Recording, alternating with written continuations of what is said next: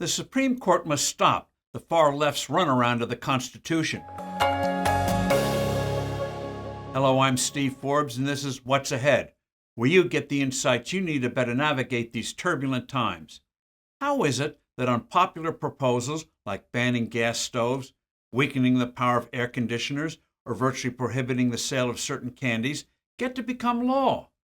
Answer: because extremists have perfected ways to push their ideas through, even if they are massively unpopular. Their methods make a mockery of the Constitution and the concept that laws should have the consent of the governed and not be imposed like a decree from an imperial king. Federal regulation is one method, stretching the meaning of old laws with flimsy legal reasoning. Thus, the Biden administration is pushing to ban the internal combustion engine by issuing rules on tailpipe emissions that would render traditional cars and trucks prohibitively expensive or even inoperable within a few years. The SEC, yes, the SEC, not the EPA, is in the process of enacting a sweeping rule that would force listed companies to calculate not only their own emissions of carbon dioxide, but those of most of their principal suppliers and customers. Congress would never let such sweeping and destructive decrees see the light of day. Another method is to have states enact policies on how products are made or services provided that force out-of-state companies to make changes nationwide. California, because the size of its market, is the preferred vehicle.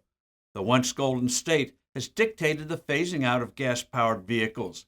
Even if the Biden approach is thwarted by lawsuits or by an act of Congress, the California decision, which is being imitated by a handful of other states, is already in the process of forcing manufacturers to throttle back future plans to make vehicles with the internal combustion engine.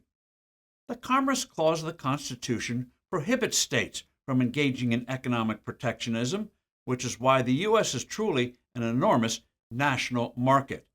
But the Supreme Court recently made a decision that violates the intent of the Commerce Clause. It allowed to stand California restrictions on the sale of certain farm products where the animals were not raised in what California considers to be humane conditions. Now, such a ban is fine for animals in California, but product produced differently in other states shouldn't be banned in the Golden State. Rules for the nation should be passed by Congress. As Justice Brett Kavanaugh warned, this decision could, quote, foreshadow a new era where states shutter their markets to goods produced in a way that offends their moral or policy preferences. What if a state prohibits the sale of goods from companies that pay for employee birth control or abortions? End quote. The Supremes should take on a case where it can effectively undo its misguided decision here. And it should aggressively push back all backdoor attempts by the far left, and anyone else for that matter, to legislate outside the halls of Congress. I'm Steve Forbes. Thanks for listening. Do send in your comments and suggestions. I look forward to being with you soon again.